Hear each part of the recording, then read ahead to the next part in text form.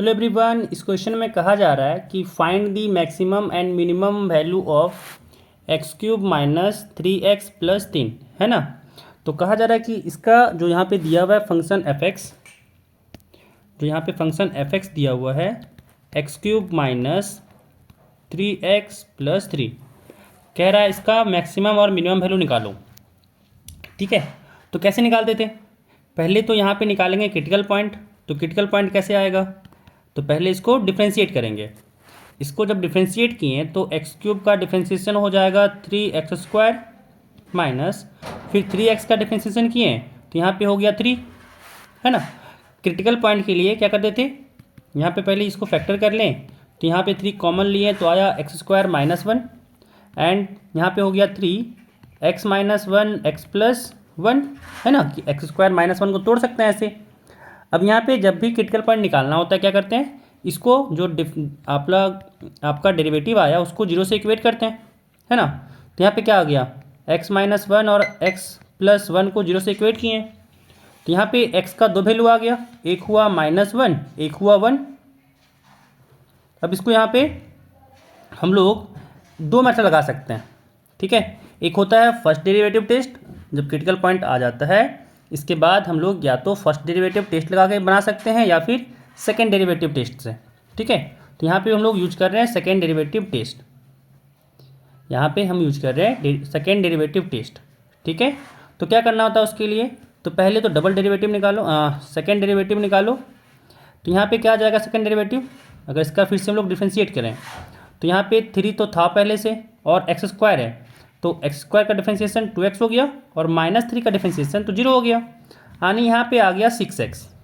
ठीक है, अब हम लोग यहाँ पे दोनों क्रिटिकल पॉइंट के लिए इसका वैल्यू निकालेंगे। तो हम लोग यहाँ पे निकाल रहे हैं एफ ऑफ, चलो ठीक है, f डबल डैश -1 का, तो कितना आ गया 6 इंटू -1, ये हो गया -6 विच इज लेस देन 0, है ना। तो यहाँ से क्या आ गया कि x इक्वल टू -1 जो होगा वो होगा पॉइंट ऑफ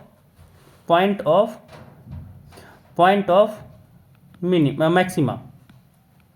ठीक है, पॉइंट ऑफ मैक्सिमा, क्योंकि ये निगेटिव आया। जब निगेटिव आता है सेकेंड डेरिवेटिव का वैल्यू तो पॉइंट ऑफ मैक्सिमा होता है, और जब पॉजिटिव आता है तो वही चीज़ पॉइंट ऑफ मिनिमा होता है।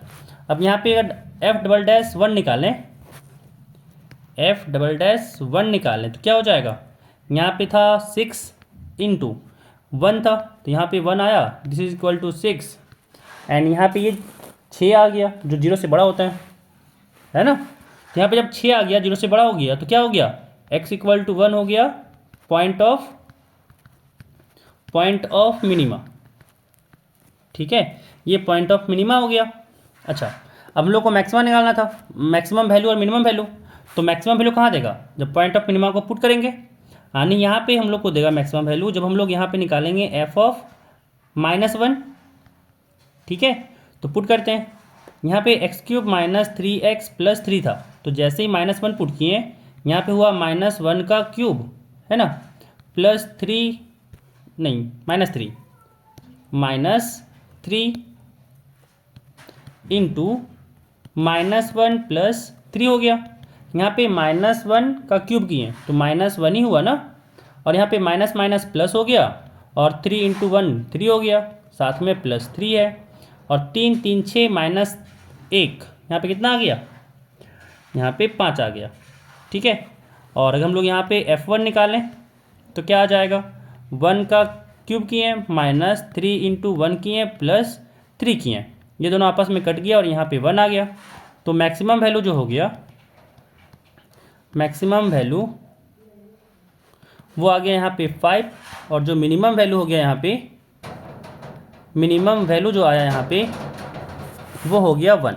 ठीक है, तो दोनों यहाँ पे निकल गया, मैक्सिमम वैल्यू भी और मिनिमम वैल्यू भी।